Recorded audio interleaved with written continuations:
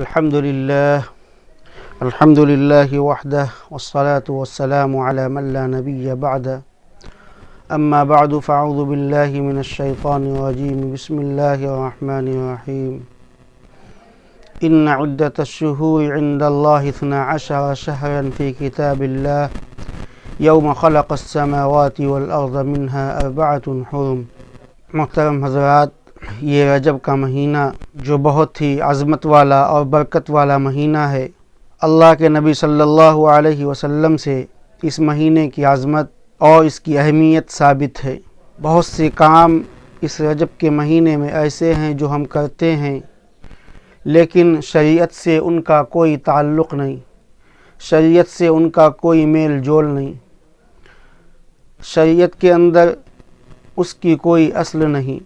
رجب کا مہینہ اسلام کے اندر اہمیت کا حامل ہے، اور ان 4 مہینوں میں اللہ تعالیٰ نے اس مہینوں کو بھی شمار کیا ہے۔ اللہ کے نبی صلی اللہ علیہ وسلم رجب کے مہینے سے رمضان المبارک کے مہینے کی تیاری شروع کر دیا کرتے تھے، کیونکہ رمضان کا مہینہ یہ نہایت ہی محترم مہینہ ہے۔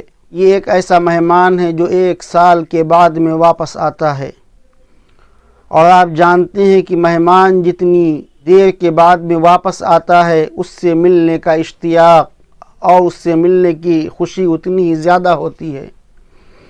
تو اللہ کے نبی صلی اللہ علیہ وسلم رمضان المبارک کے مہینے کی تیاری اس مہینے سے شروع کر دیا کرتے تھے۔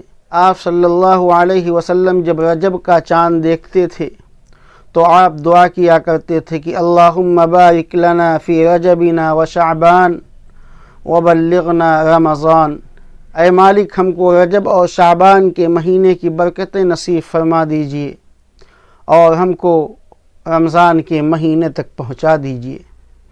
آپ صلی اللہ علیہ وسلم یہ دعا کیا کرتے تھے۔